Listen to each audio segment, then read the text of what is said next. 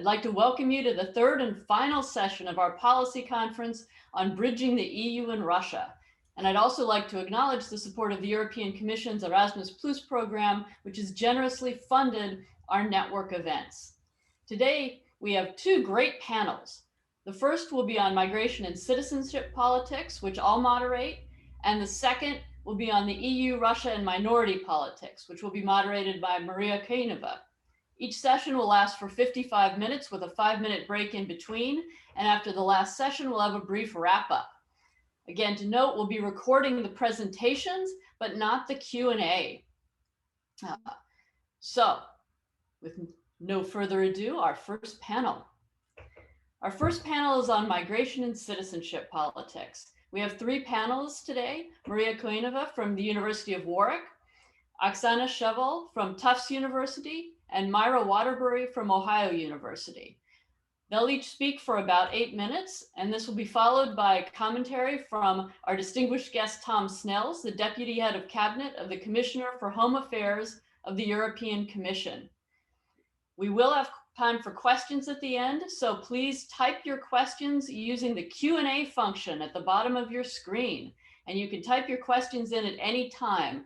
No need to wait for the panelists to finish speaking. We'll collect them, and then at the end, I will begin asking them for you. So, Maria, if you would start us off, that would be great.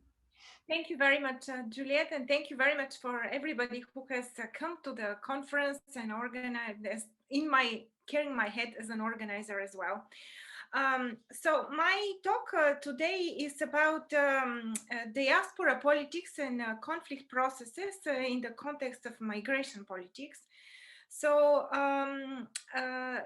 it is based on the idea that OSCE data show that migration flows have increased by almost 25% from 4 million to 5 million, largely due to humanitarian migration in Europe in the past years. And because I have directed a large-scale European Research Council starting grant diasporas and contested sovereignty, and I have sought for quite some time to do this policy outreach and also outreach with regards to larger publics. I have figured out that the big migration wave of the Syrian refugees, but also others that has been coming towards Europe, has preoccupied a lot of the attention, and for good reason, the short-term attention of policymakers to think about reception and integration of these people. My point, though, remains that there is much less attention nowadays on these longer-term trends, which are about concerning European and non-European societies, and namely how these immigrants, whether refugees or any others, will turn into diasporas over time and start exercising their own political influences transnationally and towards their homelands and broader conflict zones. So in this sense, I'm bringing some of the findings from this project, Diasporas and Contested Sovereignty, and specifically my own research published from Oxford University Press recently with the book Diaspora Entrepreneurs and Contested States. Here is the book, which is looking into diaspora mobilizations for de facto statehood, Nagorno-Karabakh specifically for our discussion here, but also Kosovo and Palestine. So I want to make 3 points for this conversation. Number 3 point, which is more about the politically relevant environments and how we need to think about them, would be permeating the others.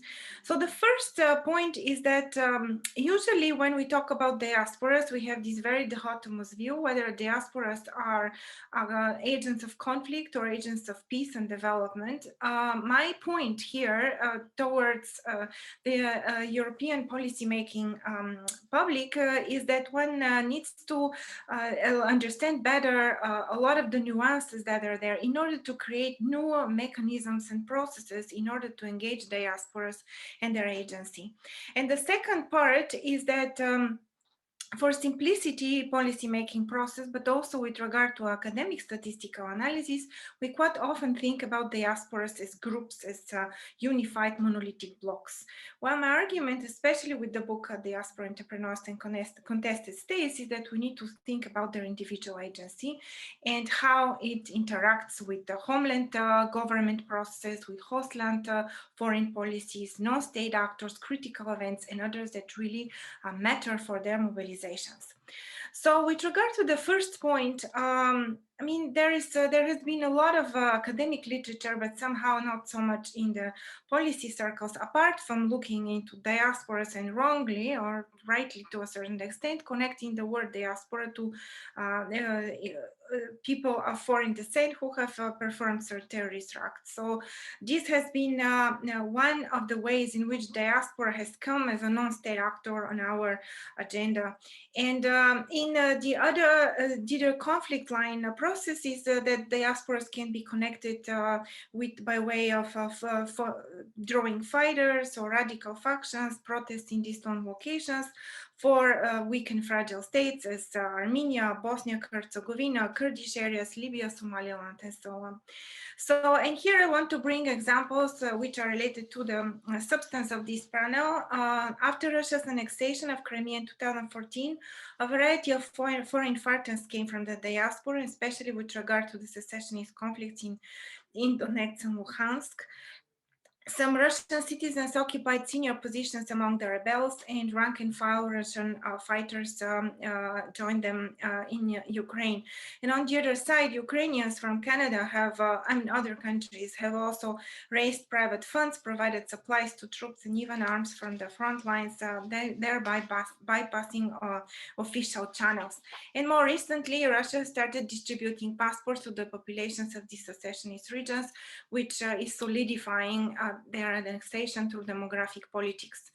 We can think about also Nagorno-Karabakh that has drawn wide-ranging financing and support from the diaspora in various ways. This is where we talk about the hot phases of conflict. This is what the third point is. We need to understand that this is not the diaspora condition normally.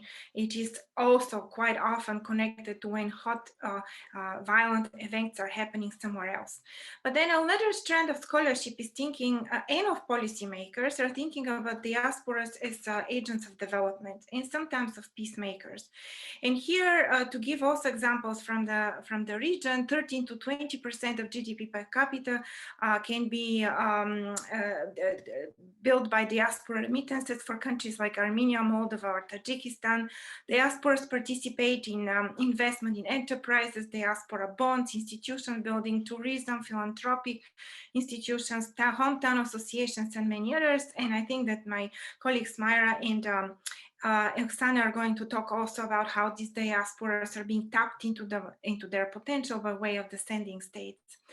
Much more rarely do we have the discussion about diasporas as peacemakers that are able to reframe conflict-generated identities and bring them together with state agencies and international organizations into some peace processes. So my point here is that this is a very dichotomous view, and the reality is completely different because a lot of people, the same people, could be participant at different points of time in different processes, whether long distance nationalism or more development, or even at the same time. And I have worked on Ukraine when I was in the States before 2009, and I've seen a lot of the Ukrainian diaspora has been very interested in the soft politics of democratization of Ukraine at that time, while we see when Russia annexed Crimea, that is definitely changed in another direction. So my appeal to policymakers in this respect is to, I think, alongside, but also beyond some early initiatives from the International Organization of Migration, the World Bank, the US State Department, that was considering diasporas in some of these conflict and conflict prevention processes. I still think this is a blind spot and could be worked a lot to develop some meaningful mechanisms. I think in our previous conversation in the second event, it came very clearly across that EU institutions, which I also argue, is that they prefer to deal with states, international organizations, officially in track one diplomacy without engaging diasporas in meaningful dialogue in track two, in track one, or in a combination of both. And this could be done formally, but also informally through new mechanisms to be designed to enable input from diaspora agents, whether they are on their own behalf, or if they need to voice voices of other relevant factors in the field. In this sense, I think that diaspora peacemaking potential can be utilized if processes that are currently separated among institutions of the European Union are found some kind of underlying work or underlying mechanism to connect. So currently the focus is either through EU concerns for migration and home affairs, external action in foreign policy, as we learned little diaspora consideration, and also social and political integration of migrants within the EU. My second point is about, if we think about this, how do we engage diaspora? So I mean, mostly by now, a lot has been in a haphazard way. Who is the loudest person is being the most engaged, who is the most proactive. Well, my book is showing that there are 4 types of diaspora entrepreneurs according to the ways in which they build socio-spatial linkages to contexts. And I call them broker, local, distant, and reserved. So, I mean, these are very abstract ways of thinking about people, but if you think about the broker, if this were an Armenian living in London, this would be a person connected both very well to the institutions of Westminster, local authorities, etc. in England, but also could have very good connections to Armenia, to Nagorno-Karabakh, to even areas where Armenians live in the Middle East and they're very active, like Bush Hamud in Beirut or in Iran. In this sense, this person operates in a whole transnational social field and has very strong connectivities. While the second person is the so-called local, which I call, this is the proverbially very well integrated citizen, and that migrant citizen, which means that they shed their connections to their countries of origin, but they connect very strongly to the country of settlement. How to engage them? I mean, they have connections to civil society that are stronger in the country of settlement. They have very strong connections to organizations, to foreign policy and other types of lobbying. So that may a different way of approaching people rather than only looking into the loudest, usually the brokers, but going into these different types that exist out there would be also helpful. The third type is the so-called distant. I think it's a very interesting category because the person is, as it came out initially, sitting in one place in the country of settlement, but actually they feel connected emotionally and with regard to their linkages to people in other parts of the world, be they in this case would be Armenia or Karabakh or Iran or Lebanon, rather than so much England. This is an interesting counterintuitive category. One person said, it was from the Palestinian diaspora initially, who said, I mean, I'm physically in body here, but I'm emotionally and in my connections there. So in that sense, this is a person who is kind of in between places. They may be much more willing to return to the country of origin, and how this could be engaged also by policymakers.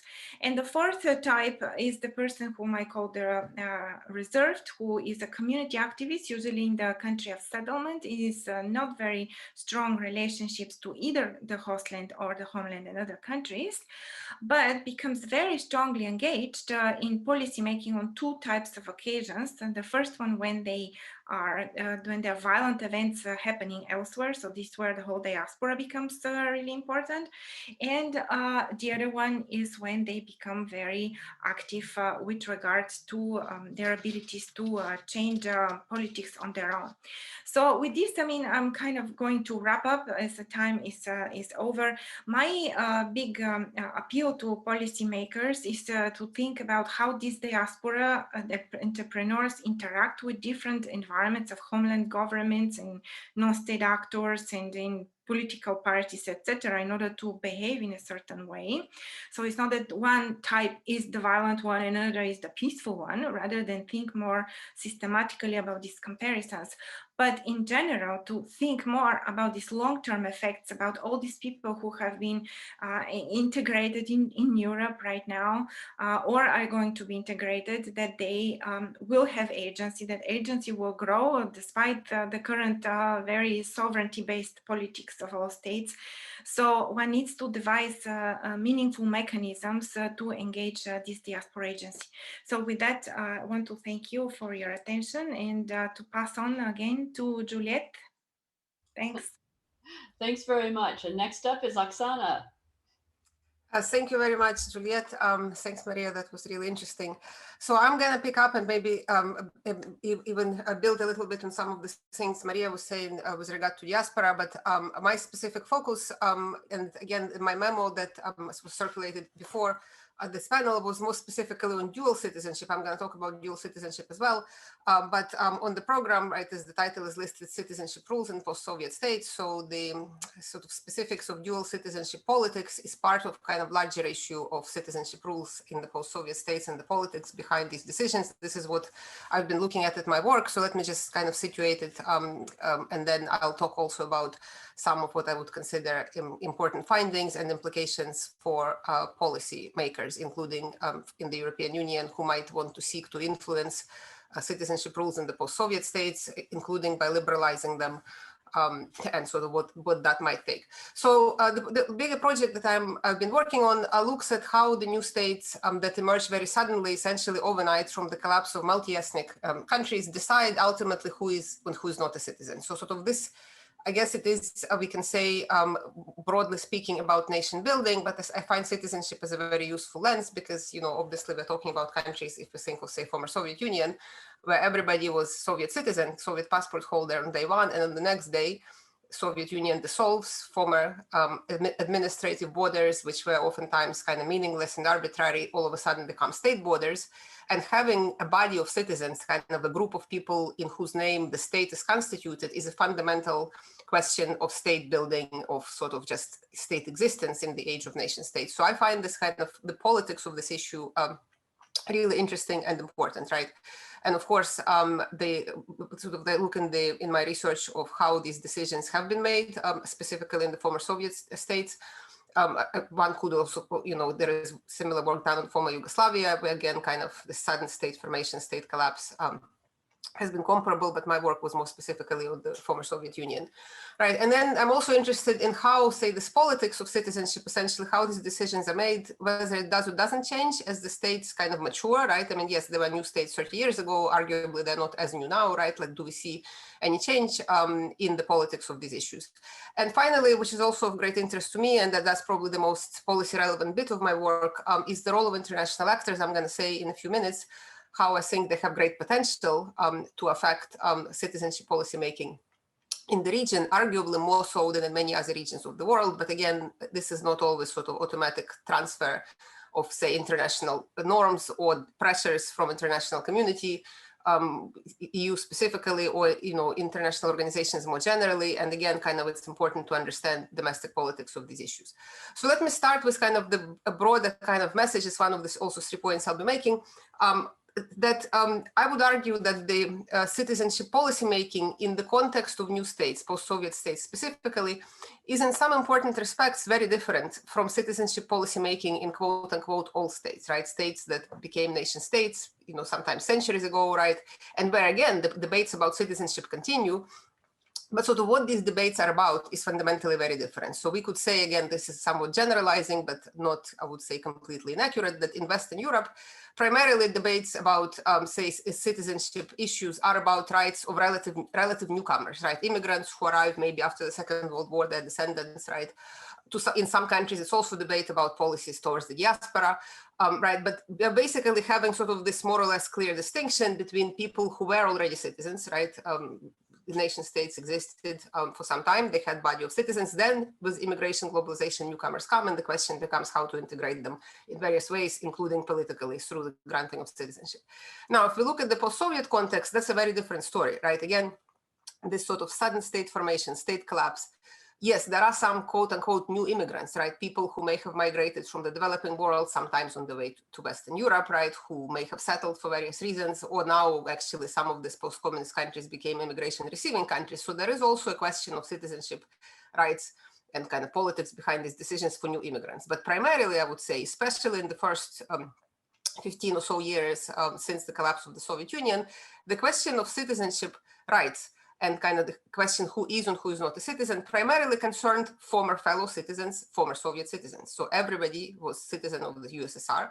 And then with the formation of new states, the question becomes, are these sort of recent countrymen, right? Are they us or are they other? Are they foreigners? Are they immigrants? So this very distinction between kind of foreigner and citizen, right, immigrant, is really not that clear cut. And I think that I'm going to come to it in a minute. I think it's a complication for international institutions who try to maybe influence state policies, because even the terminology, right, so kind of this dichotomous distinction between citizen and immigrant, right, or non-citizen, is oftentimes quite murky. And again, that has somewhat changed over time, but certainly when we're talking about the first 15 or so years since collapse of the Soviet Union, right?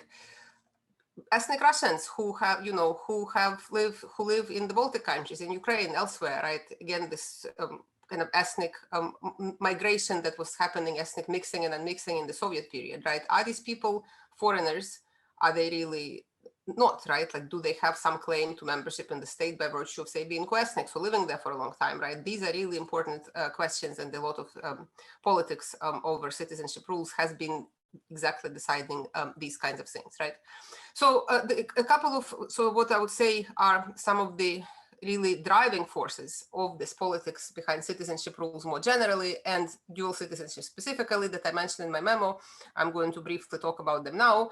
One is this very extensive link, I would say much stronger link than we see, again, in contemporary Western democracies, between citizenship rules, dual citizenship rules, and state sovereignty.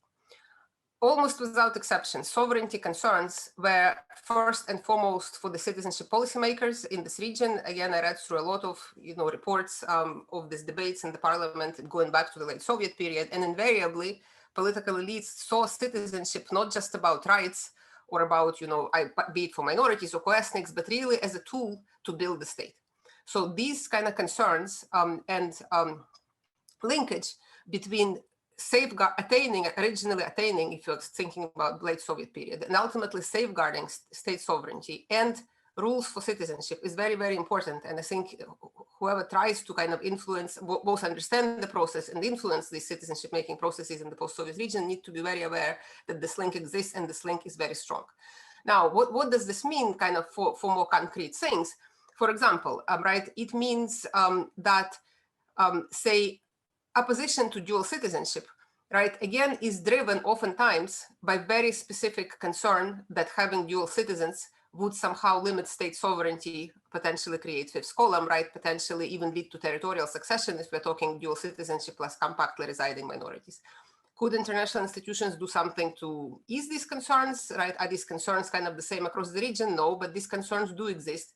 And we see almost without exception, say, opposition to dual citizenship, where again, sort of, if we can say West European democracies have moved since the 1960s, at least, kind of towards greater acceptance of dual citizenship, not quite the same process in the former Soviet space, right? And again, the reason for it is not something to do with international norms or even ethnic nationalism, I would say, but kind of this very clear linkage that many policymakers have made, that dual citizenship has very direct implications for state sovereignty, territorial control, kind of state being able to assert and exist in a certain borders. Now, it creates some peculiar situations. So, for example, thinking back to some of Maria's points about co-ethnic diaspora and how the diaspora are not uniform, also policies towards diaspora may not be uniform. In that sense, that say there may be strong consensus almost among the policymakers that say as co-ethnics abroad somehow are us other than the other, right? In other words, they somehow have a claim to membership in the nation, but giving them citizenship would create dual citizens. And this existence of dual citizenship is potentially dangerous. So we may see sort of the simultaneous kind of, we can say ideological embrace of the idea that yes, our nation, co-ethnics live somewhere else and they're somehow us, but not extending dual citizenship to this group. Now, arguably, this is also, I think, interesting point that, to me at least, that I try to look at my research, how do these concerns and sort of thinking about citizenship changes over time? And one thing that we see in the region, and this is also something I talk about in my memo, that concerns, maybe understandably so, as the states have existed for 10, 15, 20, now 30 years, right? Sort of this concern about losing statehood is arguably less acute now than it was in the early 1990s. And we see many post-Soviet states moving towards greater acceptance of dual citizenship, but on very specific terms.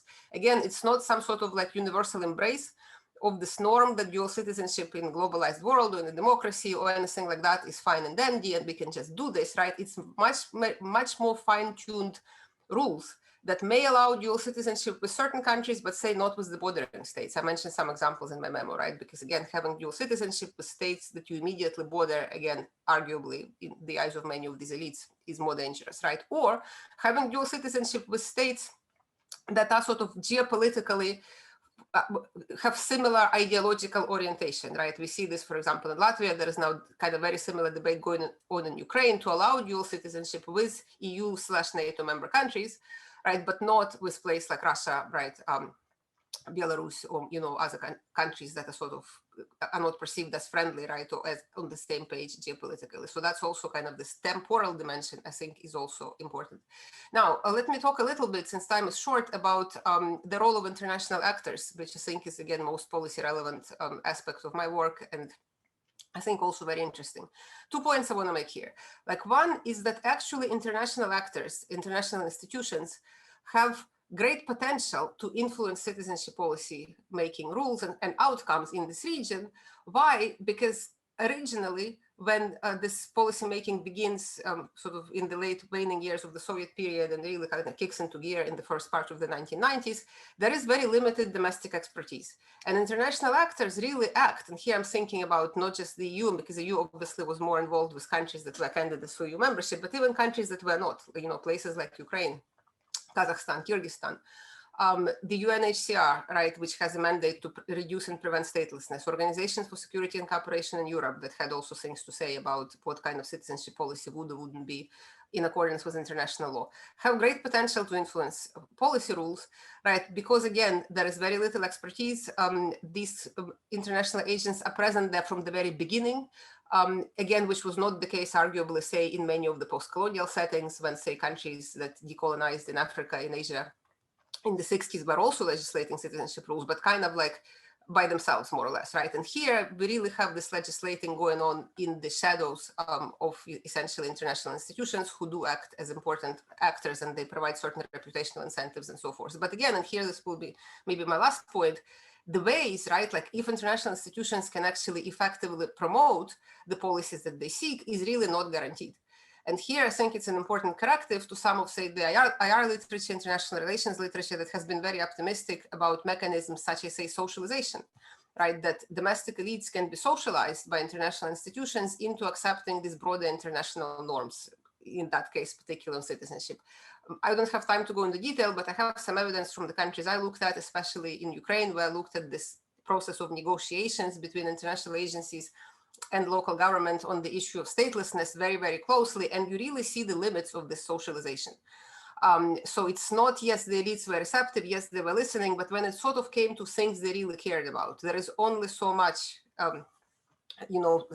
only so far socialization takes you, right? So what instead was happening, actually, in that case, international institutions did not abandon kind of the general norm, as in statelessness is bad and needs to be eliminated, but were really quite flexible in negotiating with the Ukrainian policymakers about specific ways to get there, right? And again, for lack of time, I'm not going into detail, but I'm certainly happy to answer questions in the Q&A. So I guess kind of the lesson here for international agencies, especially if there isn't kind of the carrot of EU membership, right? This sort of big incentive that you can, get a lot of things changed that might be unpopular domestically. If there isn't this carrot, right, then sort of this kind of more flexible process, right, whereby the big goal is kept in mind, right, but there is really very close attention to the politics of the issue domestically, right, kind of understanding what is really at stake for domestic policymakers, which may be very different from what may be at stake for policymakers legislating citizenship in a different context, right? And then kind of sort of attuning your influence and negotiations positions to these domestic specifics, I think is really a way to get important policy changes. So I'm going to end here for the sake of time. And again, if anybody wants to talk about kind of more specific examples that I've been briefly referring to in the talk, I'll be happy to do it in the Q&A. Thank you. Okay, thanks very much, Oksana. And now we'll turn to Myra for the last panel presentation. Yes, thank you. So I want to talk today about some of what I see as the policy challenges broadly of mobility within the European neighborhood, so within the European Union and sort of the areas bordering the European Union, the challenges of mobility for states that have what I call a divided nationhood problem. So essentially the need to craft policies towards and relationships to multiple and quite distinct external populations, including immigrants, established diasporas, but also historical kin communities across the borders, a situation that a state like Hungary, but also one could put in there Poland, Croatia, Bulgaria, Romania, even Germany and Russia has had to contend with at different times. So one aspect of this mobility that I'm talking about is that of resident citizens who move elsewhere within the European Union, or specifically the problem of, or the issue of emigration. And intra-European Union immigrants in particular have a number of characteristics that make them sort of uniquely important as an external population, but also uniquely challenging for states to engage. So these are often the type of external population or members of an external population that are most likely to send home remittances, maintain their homeland citizenship, vote in elections back home, and also have strong cultural, linguistic, and family ties to their home state. Often these immigrants from east to west within Europe are coming from younger segments of the labor force, which creates a particular problem for the homeland labor market. It makes them more likely to stay abroad for longer, and also tend to be workers from either the lower or the higher skilled ends of the education and labor markets, which makes their absence felt quite strongly at home. These are also politically and symbolically important immigrants, as they can represent sort of the failure of the home state to provide opportunities for their own citizens. But they're also sort of uniquely difficult for the home state to engage because of their mobility within the European Union. Which makes them harder to count and keep track of and sort of identify. So a second aspect of mobility that I'm talking about is that of non-resident citizens. So this is often ethnic kin that are national minorities in neighboring states that are allowed citizenship through the cross-border extension of the kin state citizenship, which can allow easier access for some members of non-EU member states to the EU, assuming that their kin state is an EU member state. And a third aspect is the mobility of domestic and political identity projects across the border through things like kin state funding, advocacy, and of course, the extension of non-resident citizenship and voting rights. So in my memo, I sort of bring these three aspects together in a context, kind of a current context in Europe that we may understand as having some elements of border retrenchment. So thinking of things like, Brexit and the context of the pandemic, some politics of populist nationalism in different countries, and kind of a general, perhaps anti-mobility politics within the EU's supranational border regime. And so I want to make sort of three broad points out of this. And one is that while this is not a completely zero-sum situation, I have found that the policy responses of divided nations to one set of external populations can impact policy responses to others. For example, a deep pre-existing institutional and political commitment to advocating and funding external kin populations can limit the scope of outreach to other groups like immigrants or potentially more established diaspora. So this is what I found to some extent in the case of Hungary, or the desire or incentives to create a broader sort of transnational global nation response to divided nationhood can pit historical kin communities in neighboring countries who have kind of enjoyed a special status in terms of policy attention, can pit them against the more far-flung diaspora. And so this may be a case in which Poland's recent changes to its Karta Polaka policy, which has become more globally, sort of universally relevant, right?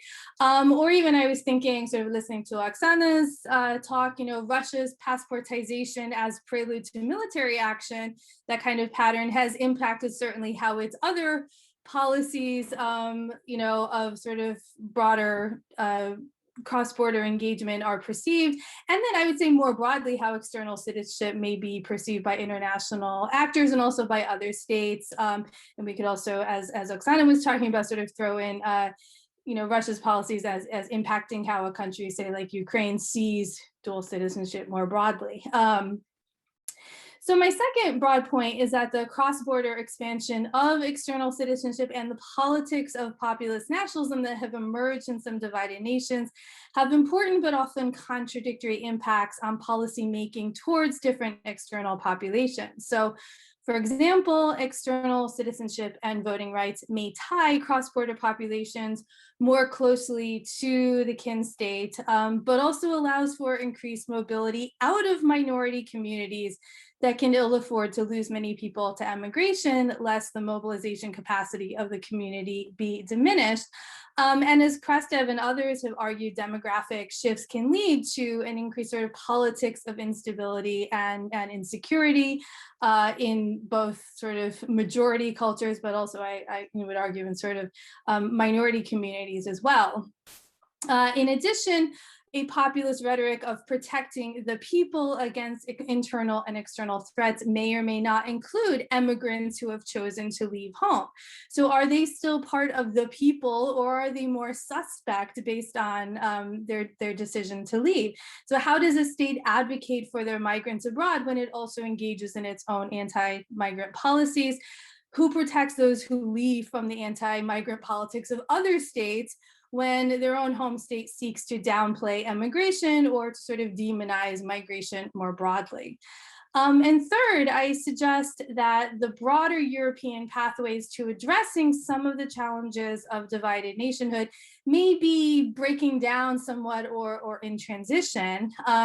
So I'm thinking about things like the recent split of the Hungarian governing party, Fidesz, from the EPP has potentially jeopardized one relatively successful path over the past decade or two of intra-ethnic coordination within the European Parliament, wherein most external, so outside of Hungarian representatives had joined the EPP to work with Fidesz and their partners on issues important to sort of minority rights and broader Hungarian interests throughout the European Union. And so it's kind of unclear what happens now when Fidesz is no longer in the EPP, but most of the other Hungarian representatives from other countries are still within the EPP. So it's unclear sort of what will fill that gap. One could also look at the failure of the Minority Safe Pack initiative to really gain, and they're taking the air out of some of the coordinated efforts to talk about issues that are important to now. The dual challenges of Brexit and the pandemic revealed, I think, protections of European citizenship, and the inability of home states to perhaps protect their citizens elsewhere in Europe. For example, the controversy surrounding the movement of essential workers from the east of Europe to the west in the early months of the pandemic. So I will end there. Thank you. Great, thank you very much. And now we'll turn to our commentary. Thank you so much. Thank you so much for inviting me to this discussion. Thank you very much for the interesting papers and the three very interesting presentations. And I will follow on to many things that have been said. I would like to start with three popular myths on the topic of migration, and I think different commentators have touched upon them, and Myra most explicitly. So I think there are three myths that I would like to take the opportunity to bust here. The first one is that we are in a migration crisis. We see and hear that all the time. The European Union is in a migration crisis. The world is in a migration crisis. The second myth is that migration is a problem and migration cannot be managed. And the third myth is that migration is such a toxic topic that member states of the European Union cannot agree.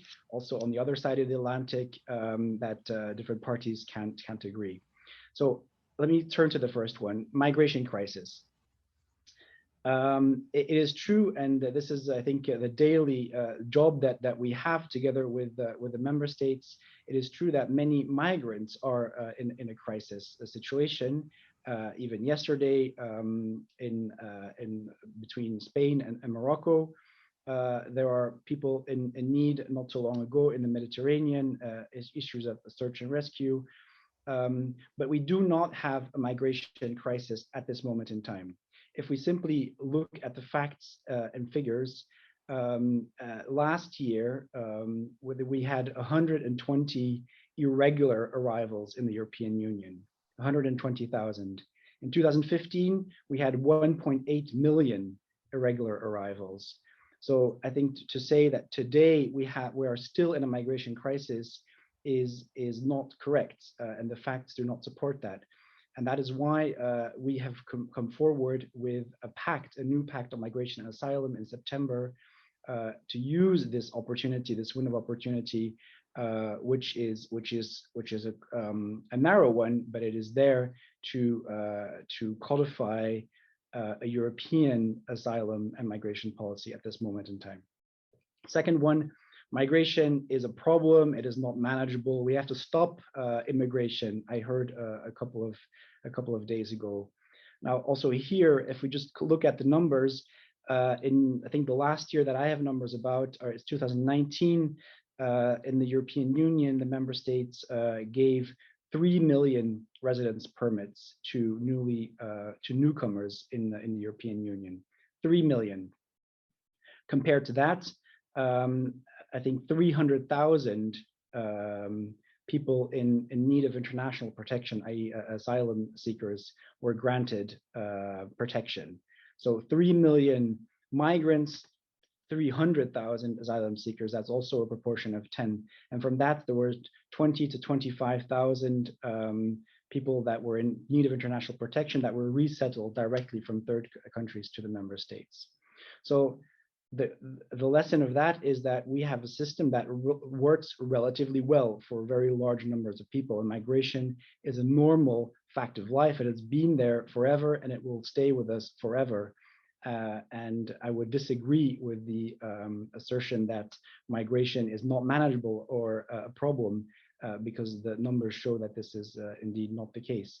And third, migration is such a toxic topic that this is the European Union can solve many things, can solve Brexit, can solve a recovery, but not migration. That's also not true. Yesterday evening, the Parliament, the European Parliament, and the member states agreed on the new deal for highly skilled migrants, the so-called blue card regime that we have in the European Union, that will be strengthened and made more attractive to allow talented, highly skilled workers to come to the European Union. And we will follow through, as we have set out in the pact, also to boost the rights and the privileges of long-term residents later this year. And by the way, that is one of the things that was proposed in the Citizens Initiative on the Minority Safe Pack, which we will follow through. So that is not,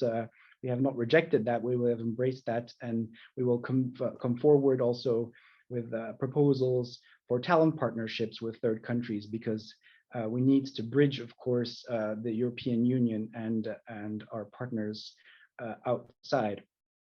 So I think those 3 points I found important to make, that we are not in a migration crisis and we are managing migration, and we can deliver and find agreements with member states even on difficult topics.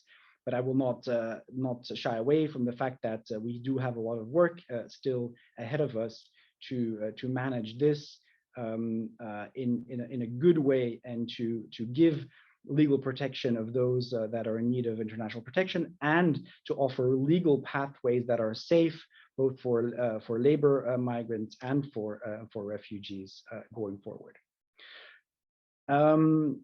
Looking ahead now, many of the papers and the presentations touched upon the issue of borders. I heard Myra speak of border retrenchment, mobility challenges, COVID-19 challenges, lockdowns, and borders. That brings me to the topic of Schengen.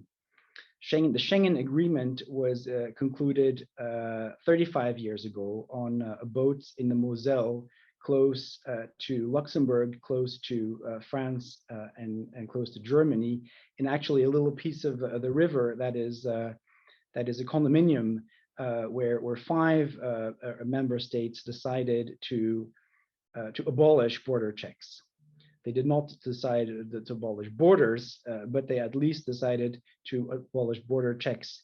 Now that has been an intergovernmental development, which is highly symbolic, but also practical significance for the daily lives of many Europeans today. And that has been taken over in the Treaty of Amsterdam in 1999 under the heading of the area of freedom, security, and justice, without internal frontiers. Now, the treaty, Article 3, talks about citizens being promised an area of freedom, security, and justice, but I would expand that to everybody who is in the European Union in a legal way. So it's not only citizens, family members, but also third country nationals that are here in a legal way, that have arrived here through one of the legal pathways, or that have applied for international protection and then are granted a residence permit. And this is shown, for example, in the proposal that the Commission has made and that are being negotiated as we speak with the Parliament and member states on the so-called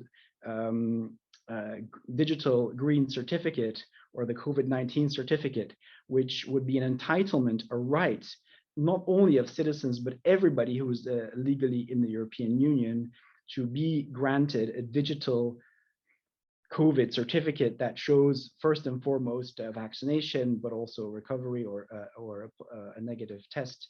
And that will allow them then to move freely within this single area of freedom, security, and justice.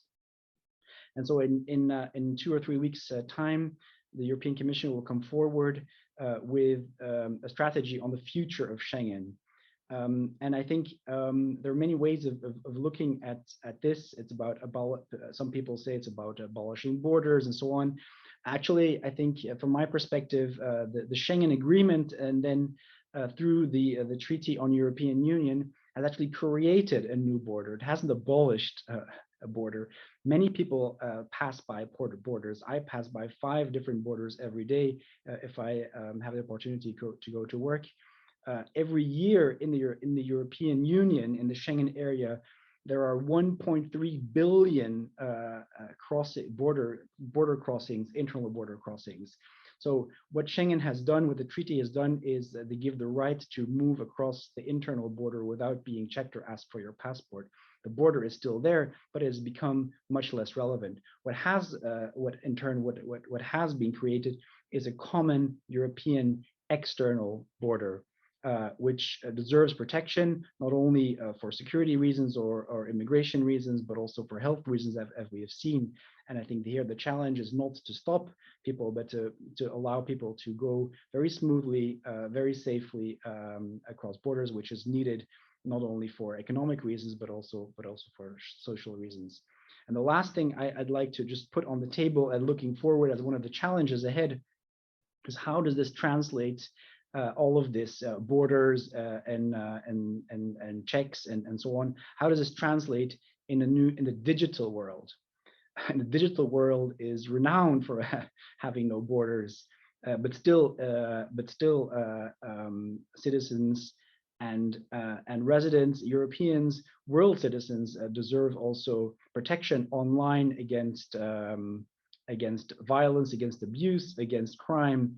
And how do we tackle that? And how do we place that narrative politically going forward? And how do we attach the right policy answers to that? So, you know, in a world that is indeed under the shadow of borders and of nation states, but that is, I think the world has gone rather quickly into a digital area where we also need to ensure freedom, security, and justice, but in a very different way than was in the past. But with that, I'll pass it back to Juliette. Thank you very much. Great. The panel that is currently forthcoming is very interesting. I have looked into the memos of our colleagues because they are tackling very interesting perspectives on how to deal with minority politics in the relationship between the EU and Russia.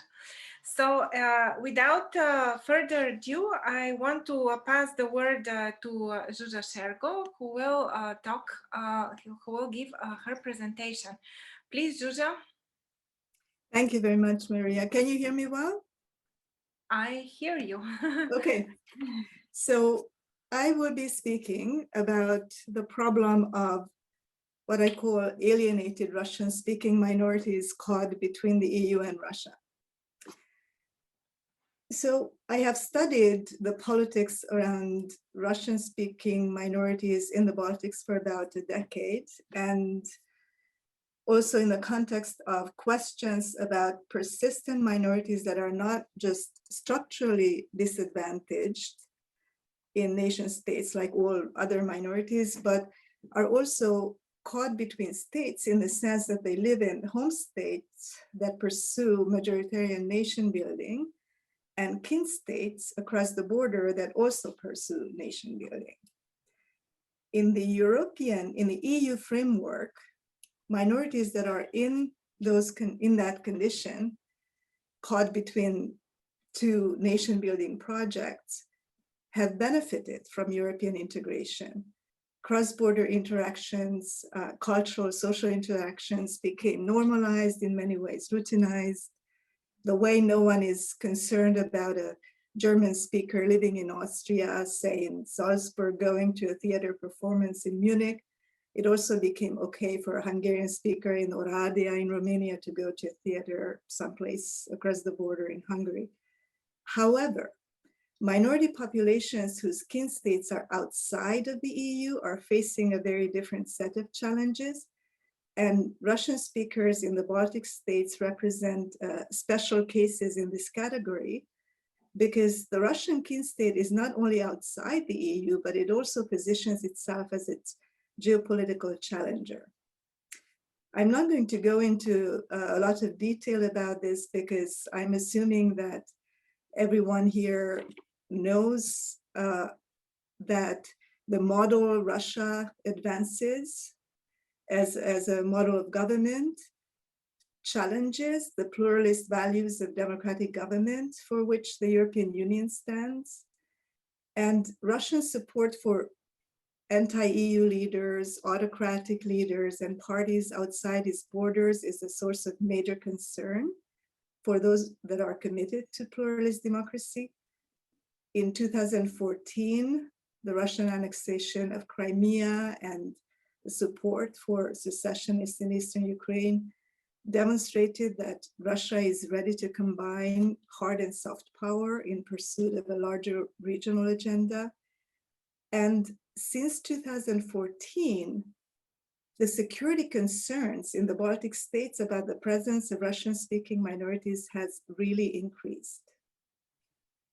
And the problem with this securitization is that it generates a zero-sum game kind of conflict between majority and minority members, in which on the one side, titular majority members in the Baltics feel entitled to their independent states and they're afraid of what an expansionist Russia might do. in the future and how it might use the presence of Russian speakers as a fifth column to justify potential aggression. On the other side, Russian speakers feel entitled to respect for their culture, threatened by majority nationalism, and from their angle, those who chose Russia have already moved to Russia. Those who remained in the Baltic states are looking for accommodation. Russia is their cultural reference point as a country where Russian culture is valued and supported.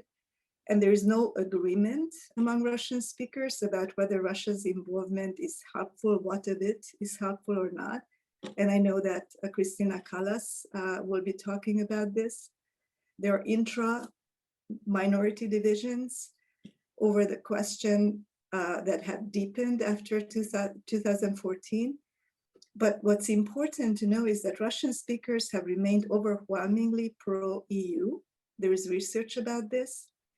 And the increased securitization they experience is generating growing frustration with the expectation that they constantly prove their loyalty to the home state and disloyalty to Russia. And so since 2014, there is indeed growing tension between official integration projects on the one hand in these states and the realities of growing distrust, which is not conducive to interethnic solidarity, which in turn would be necessary for sustainable democracy. And so this is the background, the backdrop against which I'm making a recommendation, a policy recommendation for an integrated network of domestic and international support that centers on minority welfare, that can enable currently alienated minorities to become democratic actors in their home state.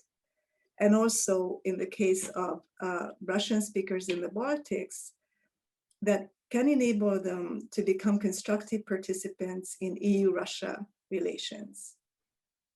And basing this on grounds that once people make a commitment to a political community, they need access to democratic agency in their home states, which means credible and effective political representation and also reliable institutional support. The political representation part is easy. Everyone knows that political representation is necessary in a democracy. But we also know from the literature on democracy that institutions are hugely important for providing people with time horizons, a sense of security and stability, and also social resilience, for instance, against the possibility of authoritarianism and state capture. We also know that not all institutions work for democracy. Some social institutions work for democracy, others work against democracy. So there needs to be more knowledge about what combination of institutions work to sustain multi-ethnic democracy. And persistent minorities need a combination of bonding and bridging institutions. Bonding institutions help them to develop their culture, so they are not just logged into status quo, but they can actually develop their culture. And bridging institutions help them to develop interethnic solidarity. And there is no question that the primary responsibility for providing support for both minority political representation and minority institutions lies with the home state in which they live. In principle, home states in the Baltics can provide most of this support, but majoritarian nationalism remains a major hindrance, especially where majorities feel vulnerable, which is obviously the case in the Baltic states. Therefore, Europe and Russia also need to play their part well. And this is where I also am recommending a couple of pieces in which this integrated network, domestic and international network, could work, I think. First, how can Europe more actively support the kind of minority democratic agency that is helpful for sustainable democracy? And here, in my policy memo, I described three components briefly that would build upon each other. And the first one is reliable knowledge about the welfare of minorities. As I'm doing my research about minority institutions, I realize that the scarcity of comparative research about the welfare of minority populations is indeed striking, especially in the domain of socioeconomic welfare and institutional capital. State centers collect official statistics, of course, about bits and pieces of the necessary information, but comprehensive data and understanding are lacking. And minority scholars need to be actively involved and supported in producing and collecting and analyzing knowledge about the conditions of minorities. So it's not always others talking about them. And European actors can provide active support in creating a network of minority research institutes, and Russian-speaking research institutes about Russian speakers in the Baltics could be part of this network. The second component is continued European level monitoring about the welfare of minority populations, and not only those that live in abject poverty and marginalization, but all cultural minority populations that live in permanent minority condition in centralized majoritarian nation states. There was European level monitoring in Central and Eastern Europe before EU accession, but monitoring decreased significantly after accession. And even where laws have become more minority friendly, they are not necessarily implemented in minority friendly ways. There's always politics involved. Nationalism is everywhere, a low-hanging fruit for politicians to employ. And from the minority perspective, the inadequacy of implementation is easily experienced as disrespect or indifference, which reinforces alienation. So monitoring is the second bit. And the third one is European funding for minority institutions, targeting funding for minority institutions that can provide the combination of bonding and bridging institutions. Minority institutions need extra support in the region. European funding can help to fill in gaps that home state governments cannot fill due to lack of interest or lack of resources. It's not necessarily bad will. Sometimes it's simply lack of resources, but minority actors need extra help here. And this is where, again, this can also build on better understanding of welfare, of minority welfare.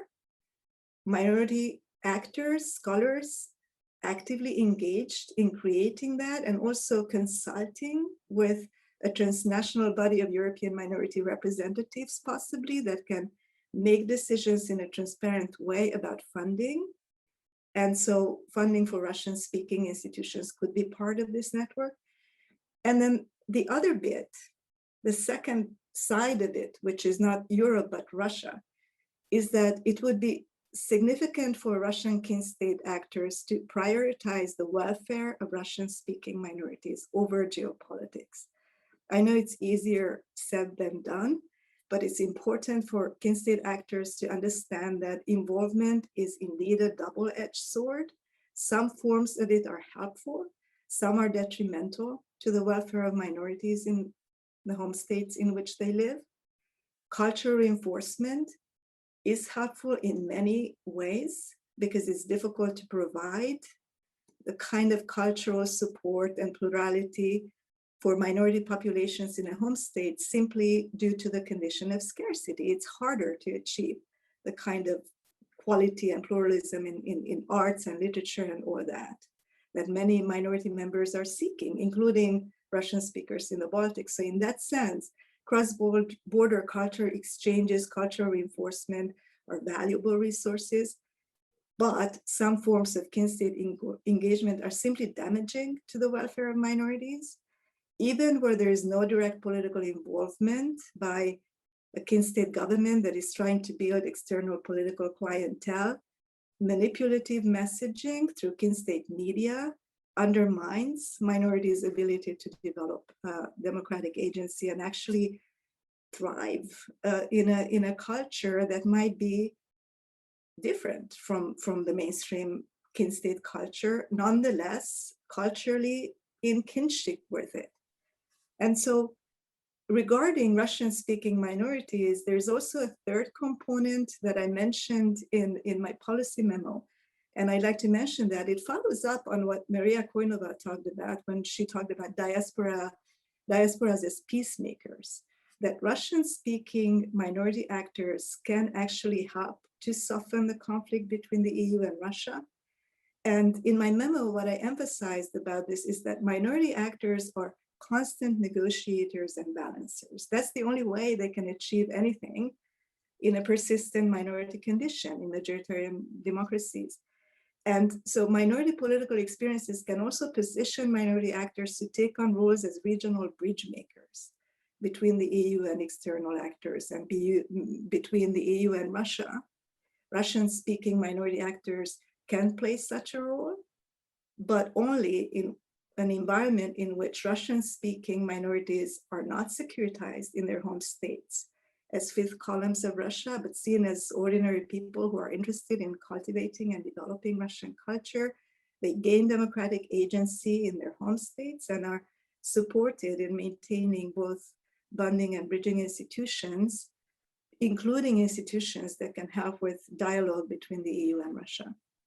And under such conditions, they have the potential for becoming constructive participants in what are currently tense EU-Russia relations. So back to you, Maria. Thank you very much, Zsuzsa. Thank you. Very interesting comments. I want to make 2 points, please, for that we need to kind of stick to 8 minutes as much as possible about our presentations. And the second message to people who are attendees, please post your questions on the chat. And I will pick them from there, and so that we can have a more, informed discussion after that. So with that, I will then wait a second. Then pass the word to Jenny Schulze from the Kuzma University. So please, Jenny, your time is up. Great. First of all, I just want to thank everyone so much for inviting me to be a part of this policy conference. It's really been just such a wonderful exchange of ideas. So what I focus on in my memo, in a way that I think is complementary to contributions that Zsuzsa and Christina are making, are the ways in which Russia's soft power agenda and public diplomacy campaigns have raised serious security concerns in the region and have created tensions between the EU and Russia. So Russia's soft power agenda aims broadly at maximizing the economic benefits of its relationships in Central and Eastern Europe, weakening the credibility and moral authority of the EU and NATO, elevating its own model of governance as an attractive alternative to the liberal democratic West, and reducing social cohesion in target states. Public diplomacy refers to the means of cultivating and projecting that soft power by sending messages to the people of another country. And Russia pursues its soft power agenda through the media, through cultural initiatives in coordination with NGOs, and it's developed institutions of public diplomacy to support its soft power agenda, such as the Ruski Mir Foundation. And so in the memo, what I try to do is to draw on lessons from the Baltic states, which are countries that have really been at the forefront of Russia's soft power and public diplomacy campaigns. And in these states, Russia tries to influence public opinion, particularly in Estonia and Latvia, through narratives that portray them as neo-fascist countries and as failed states that discriminate against Russian speakers. These societies are susceptible to Russia's narratives because Russian media is both available and popular among older generations, particularly television, while social media is an increasingly important source of information for young people. Also, through the media and the Ruski Mir Foundation, Russia has supported Russian-speaking parties and politicians, as well as political agendas that run counter to state policies. So I make 2 interrelated arguments in the memo that I just want to highlight briefly. The first is that both scholars and policymakers should pay more attention to how Russia's soft power agenda and public diplomacy campaigns influence policymaking towards Russian speakers in these countries. So most studies that assess Russia's soft power influence really rely on surveys and focus groups to evaluate Russia's ability to kind of attract and mobilize Russian speakers through its soft power strategies. And in the Baltic states, the primary conclusion that emerges from that research is that Russia's soft power agenda has failed in the Baltic states because Russia has not been able to reorient Russian speakers away from a primary sense of belonging to their resident state, to mobilize large numbers of Russian speakers around compatriot initiatives, or support for separatism in border regions. Now, these studies are clearly really important for helping us to understand and to contextualize Russia's influence. However, I argue that we also need to consider how Russia's soft power agenda affects policymaking towards minorities in target states. So policymaking is an important field for assessing Russia's influence in target states because minority policies have the potential to affect the kinds of claims that Russia can make, and therefore its ability to attract Russian speakers through its soft power strategies. And as Zsuzsa already discussed, those policies can also affect minority mobilization and claims making, which has really important implications for democratic processes in these societies. So drawing largely on examples from the Latvian case in the memo, I argue that Russia's soft power agenda provides a key context in which policymaking towards Russian speakers takes place. So for example, in the case of the passage of the education reform in 2018, which requires all public and private secondary schools to transition to teaching entirely in Latvian, in parliamentary debates, policymakers justified the reform as necessary for combating Russia's soft power strategies because they argued that it would strengthen Latvian language proficiency among minorities and create a common information sphere. The 2019 naturalization reform, which ended the granting of stateless status to children born in Latvia after January 2020, was again justified as a mechanism to combat Russia's soft power agenda because policymakers argued that it would make Latvia more attractive to Russian speakers and would promote their political loyalty, and could therefore help to mitigate the potential alienation that might result from that education reform.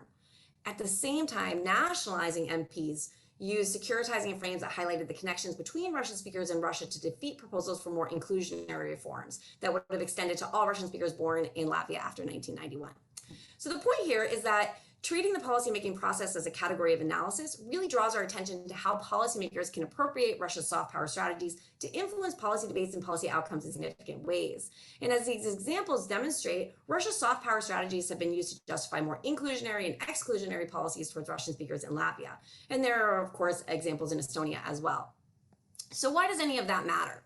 Well, Russia is unlikely to end its influence campaigns anytime soon, but these cases demonstrate that Russia's policy influence depends to a large extent on how policymakers in target states frame Russia's agenda to serve their own political ends. And it demonstrates that even small states like Estonia and Latvia still have quite a bit of agency in shaping Russia's influence. Now, however, as Zsuzsa also mentioned, these neo-militant discourses and exclusionary policies are likely to alienate Russian speakers, but they also provide traction for Russia's narratives about discrimination in these societies. So the second argument that I make in the memo is that a more productive path forward really lies in building societal resilience to disinformation and encouraging citizens to play an active role in defending democracy.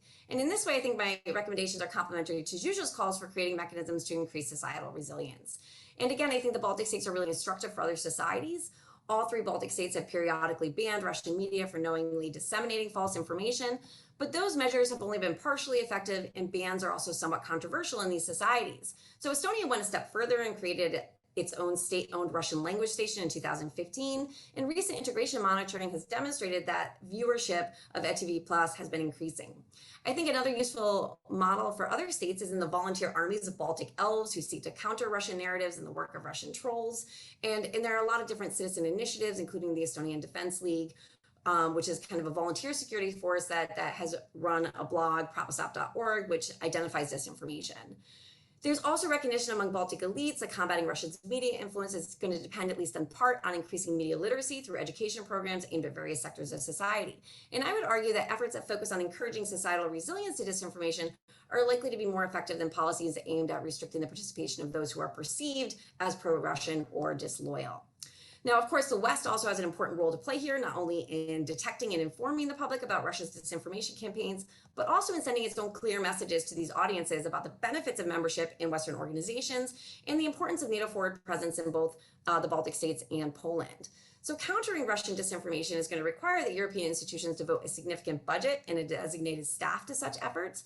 Now, in 2015, EU Stratcom East was created, and the EU versus Disinformation platform has really been the flagship project that emerged in response to Russian disinformation in the EU and Eastern Partnership countries. But given that there are millions of Russian speakers within the EU, European institutions need to not only carefully produce their own clear messages and to raise awareness about disinformation, but they should also support local media and member states in order to encourage them to produce their own Russian language content. After all, local interest stories and content are really the strongest counterweight to attract audiences away from Kremlin-produced content. The EU should also fund organizations that are already engaged in the training of journalists and the public, and the Baltic Center for Media Excellence is a good example here. But again, the real focus should be on building capacity and resilience in these societies and not just engaging in an open-ended information war. Now, the EU does support some projects on digital and media literacy, but I would argue that even more support is needed, especially for small countries that might have difficulty finding that budget. And just on a final note, and what I hope is a useful segue to Christina's talk, I think that it's really important to highlight that Russia has also been modernizing its hard power arsenal alongside the cultivation of its soft power resources, and that it typically deploys hard and soft power simultaneously in target states. And it's Russia's ability to combine threats of military force with information campaigns, as we've seen on display in Ukraine, that has really raised considerable concerns among Baltic elites over whether its own Russian speakers might be mobilized against the state. So I'm going to stop there and let Christina tell us more about that. Thank you very much. Thank you very much, Jenny. Very, very interesting. I mean, it's very nice to see how all the talks are building on each other. And now, Christina Callas is going to take the third presentation. Christina, to you. Yes, thank you, Maria. Thank you, Jenny. Thank you, Zsuzsa. It was very interesting to listen to both presentations, and I will try to just add something to these presentations that maybe Jenny actually even mentioned quickly in her presentation. It's not, my talk today is not really a policy advice. Being myself actively in politics, I'm trying to just avoid this field right now, and I'm trying to be more an academic discussion of presenting about processing that I just have noticed recently happening in the Baltic states regarding the Russian minority. So it's not a policy presentation, it's just a very short discussion about certain processes that I have caught my eye. I don't have any academic research yet done on that, but I just want to put this on the table for the future discussion. And namely, there is just one event recently in 24th of February that happened in Estonia that caught my attention and that made me actually start asking the questions regarding the identification processes that are happening with the Russian-speaking populations in Estonia. And I believe that similar processes are happening in Latvia, vis-a-vis the question relating to the Estonian state and the questions relating to the Russian state as the kin state. So, as we all know, for about last 2 decades, Russia has been pursuing rather active compatriot policy. It has a programmatic program, large financing. It has structures built in regional structures and also structures in specific countries near abroad. And I'm not discussing here whether this has been successful or not, because my interest is not so much about the specific efficiency of the Russian compatriot policy, but about the resonance that the bigger concept of Ruski Mir has, whether this has resonated with the Russian-speaking populations in Estonia and Latvia, or how has it resonated, and what kind of identification issues it has raised for the Russian-speaking population. And exactly in this kind of identification question, I think EU comes and plays quite a significant role. EU not as an institution again, but European Union or Europe as an idea. So the thing with the Russian compatriot policy and with the concept of Ruski Mir that has been employed as a part of this compatriot policy, especially since the annexation of the Crimea, is that there are 3 different elements that are intermingling at the same time and that are raising questions regarding the main objectives or the goals of that policy. So one of the stated objectives of the Russian policy is to protect the compatriots abroad. The definition of the compatriots is very broad. It doesn't mean citizens of Russian Federation. It has ethnic affiliation there as well, but it also has historical people who have historical connections with Russia. So in a very broad stretch, it can be considered that all former residents of the Soviet Union can be considered compatriots from the Russian perspective. So the compatriot policy means that there is an interest protection of those, or the rights protection of those people living today outside of the borders of the Russian Federation.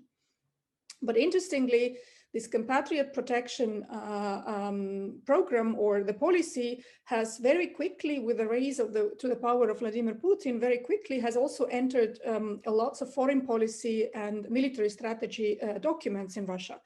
So where it is quite often used interchangeably with a term called like a national interest protection. So apparently compatriot protection also coincides with Russia's national interest protection. And here the analysts have quickly came to the questioning of what is the actual intention goal of the compatriot protection, whether the national interest protection come first and then compatriot protection, or the other way around.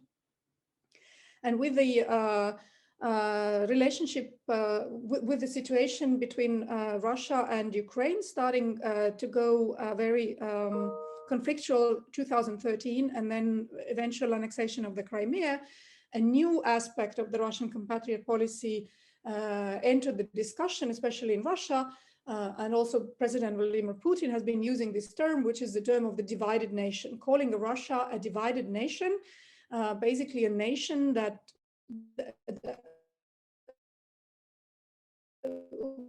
whose sovereign borders of the Russian Federation. And this is much stronger conceptualization compared to just the compatriot definition. Plus, it definitely links these people or these populations that speak Russian or are in any way historically connected to the Russia, links them with the whole concept of the Russian nation. And definitely it's a stronger meaning compared to compatriot definition.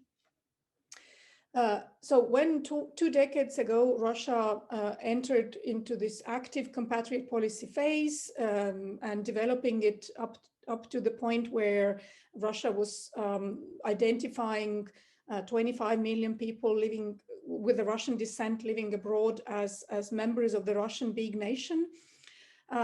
Clearly, the understanding from Moscow was that they are not naive, that this doesn't mean that these people themselves identify with the Russian nation or the Ruski Mir, or that they have any clear connections or identifications with Russia. So what interested me and still interests is what has been the reaction of the Russian populations abroad to this attempt from the Russian side to first to diasporize them, to enter this compatriot policy arena, and then actually to claim them as being part of the Russian nation. And I, of course, looked more carefully into the situation with Russian-speaking populations in Estonia and Latvia. And there has been done some research in both of the countries regarding the identification of these populations and what can be seen from those processes that are happening with the Russian-speaking populations in the Baltic states. I would say that there are two different processes that can be discerned. It's not that it's something that is definitely happening, but it is something that can be analytically brought out. So one process is clear linguistic, even literary and historical affiliation, association with Russia. With the Russian culture, with the Russian language. And of course, it is helped and mediated through linguistic connections that are still quite strong with Russia, and also through the media sphere, meaning the consumption of the Russian Federation media outlets and media channels. On the other side, the research has shown a very strong territorial and state-wise identification of Baltic Russians with the home states. This is especially pronounced among the younger generation. For example, in case of Estonia, when we have more sociological data on integration processes through different phases of integration monitoring surveys, the younger cohorts, that means people starting from the age of 17 to 35, up to 80% say that Estonia is their only home country. In Russian language, that means Rodina. That's a very strong emotional attachment to this word. While in older populations, you could see that Russia as a home country is much more popular. So Russia as a home country is almost never mentioned by the young generations in these surveys. Obviously, this territorial identification is in a way understandable process, because in most of the cases with Latvian and Estonian Russophone populations, this is already a third generation that is coming into this age and entering the active social and political life of these countries. But nevertheless, this is significant that the very strong identification with the home country is there. Now, the event that I mentioned at the beginning, and that actually raised the question and interested me to maybe plan a research to look deeper in this, was that on this year, on 24th of February, the annual presidential speech celebrating the anniversary of Estonian independence. President Kersti Kaljulaid addressed, so to say, in her terms, Russian-speaking community. And in her speech, she empathetically called on fellow citizens, and there is a quote, with a different cultural and linguistic background to understand us Estonians. And the way she chose to address these Russian speakers as people with a different cultural and linguistic background could be paraphrased, of course, and that's how it was heard by the Russian community, as you who are different need to understand us Estonians. And of course, it's in a way signifies the lack of understanding in the president's office of the sensitivities of this Russian question from the Russian speaker's perspective. However, even more significant to me is that the mishap of the president's address revealed a shift in self-understanding of Estonian Russians, which has happened since Kaljulaid took office in 2016, because the reaction was very emotionally strong from the Russian-speaking audiences. So what has changed with the self-perception of Russians in Estonia over the past 5 years, and that's quite a short time, I hope you agree with me. To put it simply is that they no longer appreciate if they are addressed as them. The reaction of the Russian-speaking audience strongly indicated that they preferred not to be addressed separately from Estonians. And this is a change from the 3 decades ago when Russian speakers were barely addressed in Independence Day speeches, and their existence in the country was just silently tolerated. Then, about a decade ago, special references started to appear in the speeches of the presidents, and these references were made to the Russian-speaking compatriots or to our Russian-speaking compatriots, which generated applauses of long-awaited attention that the Russians were hoping to get. However, today, as the reactions demonstrated, being singled out as somebody different has not been appreciated by the Russian speakers. And to me, this change came with the annexation of the Crimea and events in Ukraine in 2014. At the time when events in Ukraine unfolded with extraordinary speed and caused unprecedented eruptions, the analysts looking at the events used the knowledge to extract the potential conflict spillover to other post-Soviet territories with significant Russian-speaking resident populations. And of course, you probably all know that back then the interest towards the Russian-speaking populations of Estonia and Latvia was quite high, because the belief was that Russian-speaking populations in Estonia and Latvia have long-term overdue grievances towards their governments, and that the Russian Federation's regime has applied a rather aggressive compatriot policy to utilize these grievances. So there might be a success in case Russia tries to make an attempt of interference in the Baltic states as well. Yet the reaction of Narva Russians to annexation of Crimea, or more accurately, the lack of reaction, surprised everybody. International journalists who traveled to Narva found a community that did not like the idea of being associated with the Russians in Crimea, or actually didn't even like the idea of being questioned about their loyalties to Estonia and their comments about what Russia is doing in the Crimea.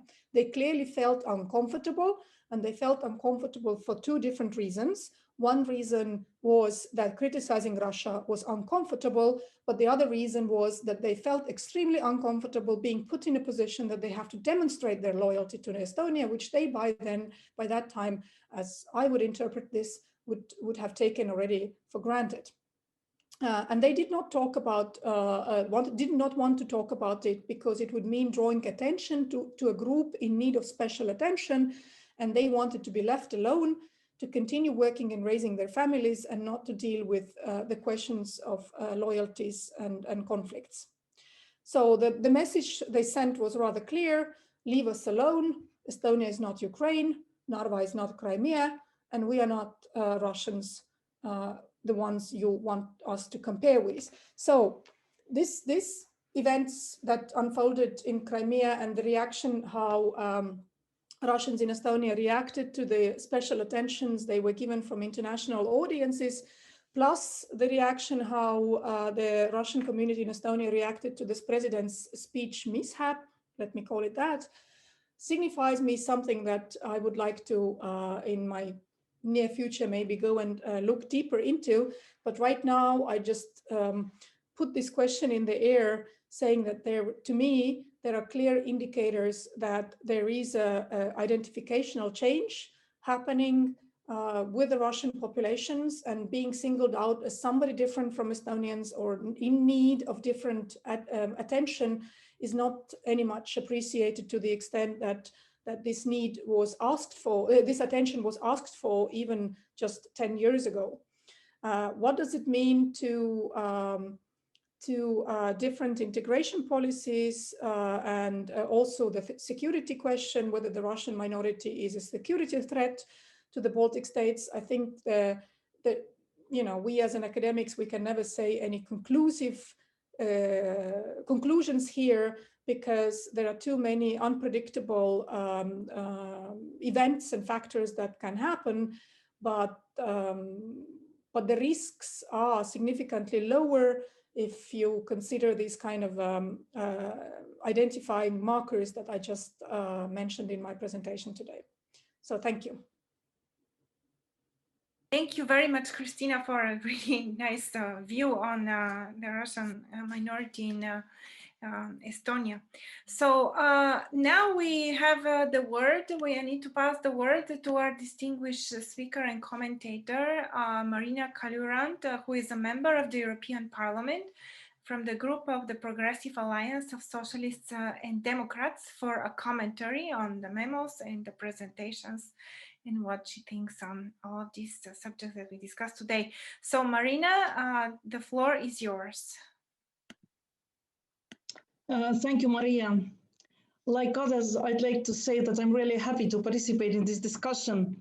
Doesn't happen often that I'm on the same panel with only professors. And yes, I'm an active politician in Estonia, but today I'd like to address the topic from the point of view of foreign affairs, security policy, and my career in foreign service, where I served for more than 25 years, also being Estonian foreign minister from 2015 to 2016. I loved all the presentations. Can't say that I agreed to everything I heard. Happy to come to that a bit later. But at this point, Jenny, I envy all the native speakers. The amount of words and information you can put into 1 minute, I admire that. I will not be able to do that, but I'll try to do my best. First, what I'd like to stress is that the question of Russian-speaking minority has been, and to some extent still is, a question of foreign policy, not so much of security policy anymore, but foreign policy. And it has been there since the very first day of restoring of independence in 91. It's a very emotional question. It's a very sensitive question. And I would argue that today, 30 years after regaining of independence, we are not still in the position where we can talk about the Russian-speaking minority, about history without emotions.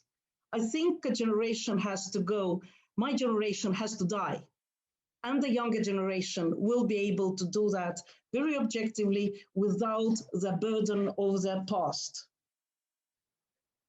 When I say that it has been in foreign policy, the priorities and the aspects that Russia has touched upon or has put on the table have changed. At the very beginning of the 90s, I would argue it was more interfering into domestic affairs, into trying to establish Russian ethnic political party, promoting Russian-speaking leaders in Estonia, and so on. On all international forums, Estonia was pictured as a Russia-phobic, neo-Nazi state and country. Many speakers spoke about Crimea and 2014, but I would argue that one of the very difficult times for Russian-speaking population in Estonia was also 2007, when Estonia was the first country to fall under cyber attacks, and there were riots in Tallinn caused by the removal of a bronze soldier from the center of Tallinn to cemetery. So history lessons, different understanding of history, of occupations, of Estonian statehood was very smartly used by Kremlin to play Russians in Estonia against Russians in Estonia. So there were disputes and disagreements within families, there were disputes and disagreements within police forces, foreign affairs, everywhere where people had just different views. 2004 was also important when Estonia joined the EU. I would argue that we had to pay very much attention to minority questions during our accession to the EU and NATO, because, as I said, we were pictured as a Russia-phobic country that does not fulfill the requirements of Copenhagen criteria and does not be and should not be member of EU and member of NATO. Now the focus has changed. We have seen more shift also not to Baltic countries, but to other EU member states and playing one EU member state against another. As a foreign minister, I had a nice lunch with the then German foreign minister Steinmeier in 2016. If you remember, it was the Lisa case. A German girl of Russian origin came late home and said that she was raped. 24 hours later, there was a statement by MID, Russian Foreign Ministry, saying that Germany is not able of protecting its nationals, not able of protecting Russian-speaking German nationals and citizens. It went viral. Later, it became clear that it was misinformation, it was information operation, and the girl just lied. Steinmeier looked at me and asked, Marina, what's happening? We get used that we were blaming all the time you, the Baltics, but now they're coming to blame us. We've been so friendly towards them. And I would argue that somewhere in 2014, also because of Crimea, there was the change in thinking of the West.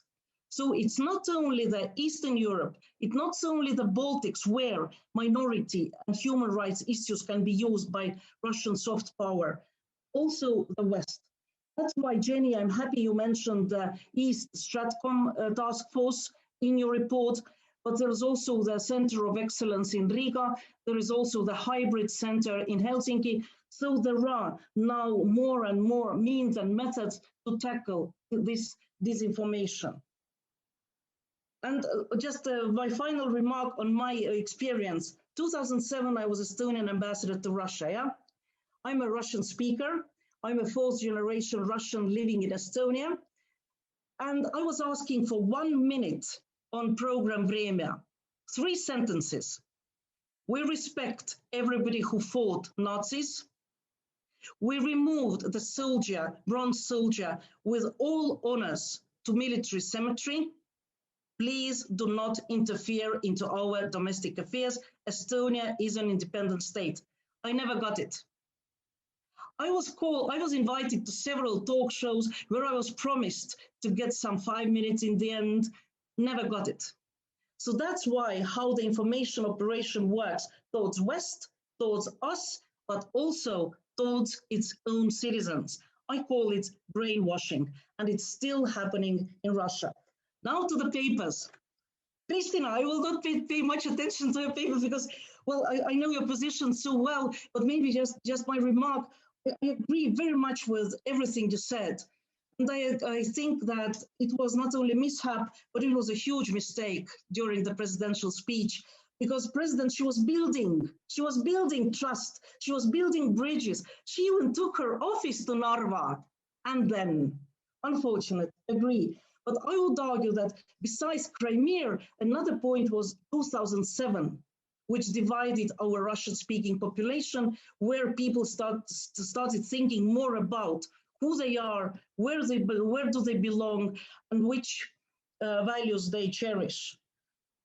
Then going to Jenny, I agree with you that Russian soft power failed on the state level.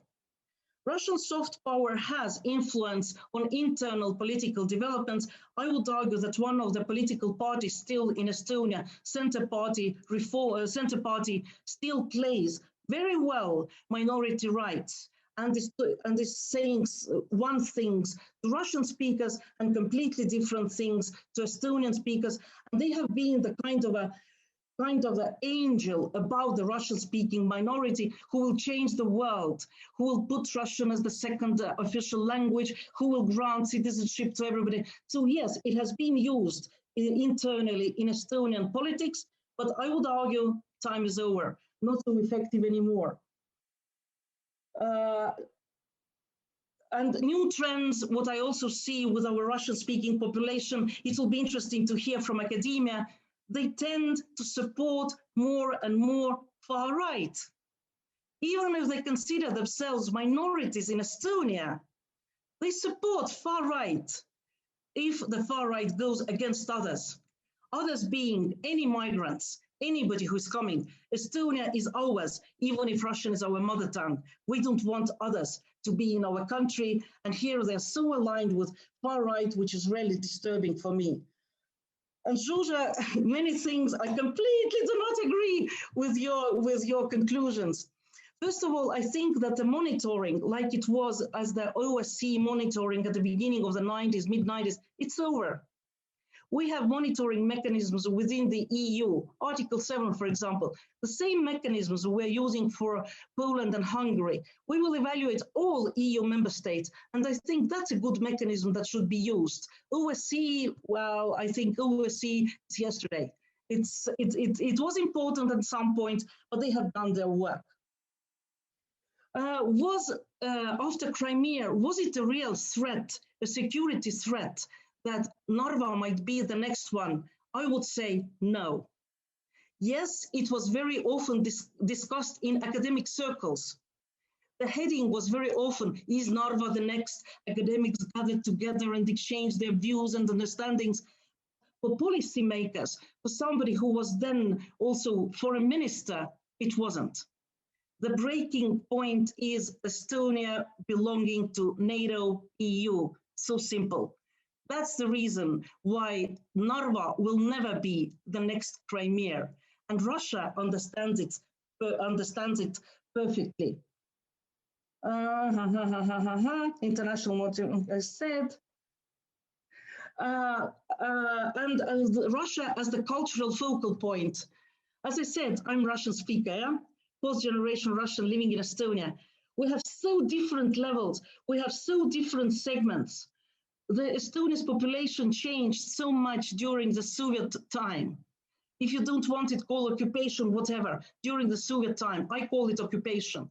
And that's why we need time to get ourselves clear, to get ourselves less emotional when talking about history, get ourselves to the level of Finland, which is having much more open discussions, but they were an independent state when we were part of the Soviet Union. So guys, thank you so much for inviting me to your club of academics and professors. I enjoyed it so much, and hopefully it's not the last time. And I loved your presentations. Thank you. Thank you so much, Marina, for such an enthusiastic speech and so much engaging with each of the ideas that has been presented.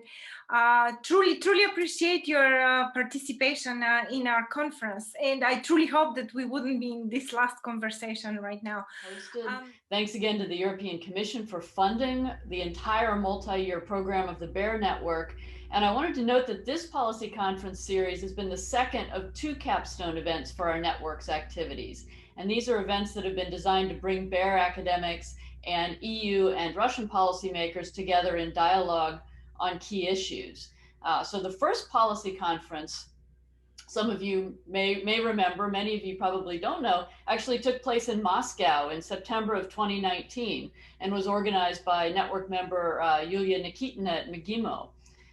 This current conference was supposed to take place in Brussels back in May 2020, but COVID intervened and not only delayed it for a year, but meant that we had to completely change the format to a series of 3 Zoom sessions. So I wanted to thank again Professor Maria Kainova for her hard work and her flexibility in putting this program together twice, basically. And also to Eva Nizalovska for handling the organizational logistics. But again, this has been an extraordinary few years for the Bear Network and for the region that we all care about. And thanks to all of you for sharing this experience with us.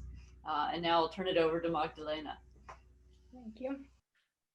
Thank you very much, Juliet. Well, there's not much to say. You know that Bear Network was, the purpose of the Bear Network was to produce high quality, collaborative research. And we did that, or at least we think or hope that it was high quality. So I just, as academic director of Bear, I would just like to remind that Bear organized workshops, academic workshops, and summer schools, training for students. We still have one summer school coming up in Narva, and it's Cristina Callas here present that is in charge of that. So I am very glad for the results we have, but this policy conference, this one and the Moscow one, was really something like a very nice experience, very stimulating. You know, we are not very accustomed as academics to produce prescriptive policy papers, etc. And it was really important for Bear members to go out there and be challenged by practitioners, policymakers, etc. And I think this was a really, really stimulating exercise for us, and hopefully also for policymakers that were invited to intervene in this policy conference. So I really thank you very, very much. And I hope that next time we will maybe fuse together Moscow and Brussels and have this academics together with officials from Moscow and officials from Brussels get together and have like a confrontation or something that will be also very, very stimulating. So thank you very much. We will still hard work to produce high quality workshops, and we will go out there to the real world and have this talk with policymakers. Thank you very much. And Maria, thank you for the organization. It was really, really great. So back to you, Maria. Thank you so much. Thank you for the very nice words. I feel very humbled. For me, this was important to bring policymakers and academics after so much work we have done in an excellent way. So the extra challenge of the pandemic and other events that followed after that has been something that I have overcome by way of looking into the best possible connections that I can create for every panel. And I think that it worked in many ways. I mean, the follow-up of all of these commentaries on the Eastern Partnership, that was the first session on the 4th of May. Last time on the 11th of May, we had a conflict resolution and Russia's regional policies that was also very good and very well attended. And this one, which is on minority and migration politics, which is track 2 diplomacy, or considering it more the soft power aspects of this relationship, have really brought the whole picture together. I really want to thank all academics for very diligent producing of their policy memos, which were the important vehicle for this policy exchange, because it also gave a lot of opportunities for policymakers, probably around a couple of days in advance, to engage with these ideas, but also to the policymakers of top roles to share their time with us and their ideas on the basis of these policy memos, but also to voice issues, which I asked them about where is it that their office stands and their research stands, and what we can loop further into our research.